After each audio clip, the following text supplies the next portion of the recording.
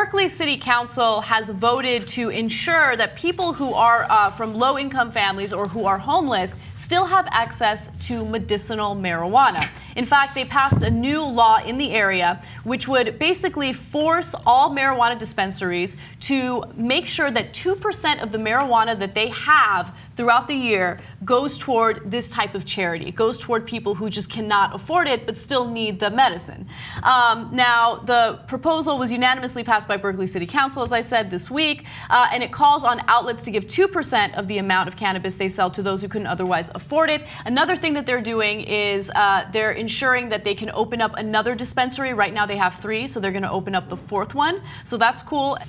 Basically, the City Council wants to make sure that low-income, homeless, indigent folks have access to their medical marijuana, their medicine. We think this is the responsible thing to do for those less fortunate in our community, and that is from Daryl Moore, who is, of course, a City Council member. It's good to know that liberals still exist in the country. That's, by the way, Berkeley is super liberal, so it doesn't surprise me that this is happening there. Like, people call us libs. No, that's liberal. Okay, giving 2% of your weed to the homeless to make sure that they're, I mean, look, the flip side is they're sleeping on the concrete and stuff. I mean, they're gonna have back problems, and they're gonna need that medicinal marijuana.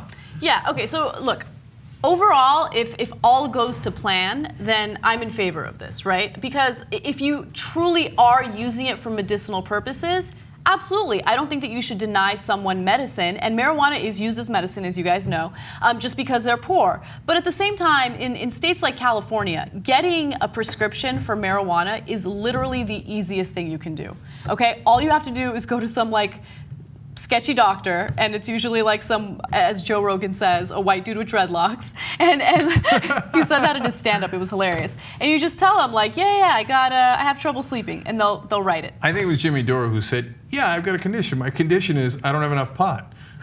Okay, and then they just give it to you. Yeah. So this might be the most liberal thing I've ever seen. When you not only redistribute the wealth, you redistribute the weed. Yes. Okay. And by the way, marijuana has been used to treat PTSD, cancer, muscle spasms, as you guys know, seizures. We've done stories on that. So there's a huge list of illnesses that people use marijuana for. So I can totally understand why they would want to do this. By the way, conservative heads, what's happening to them right now? Oh my God. They're like, oh my God.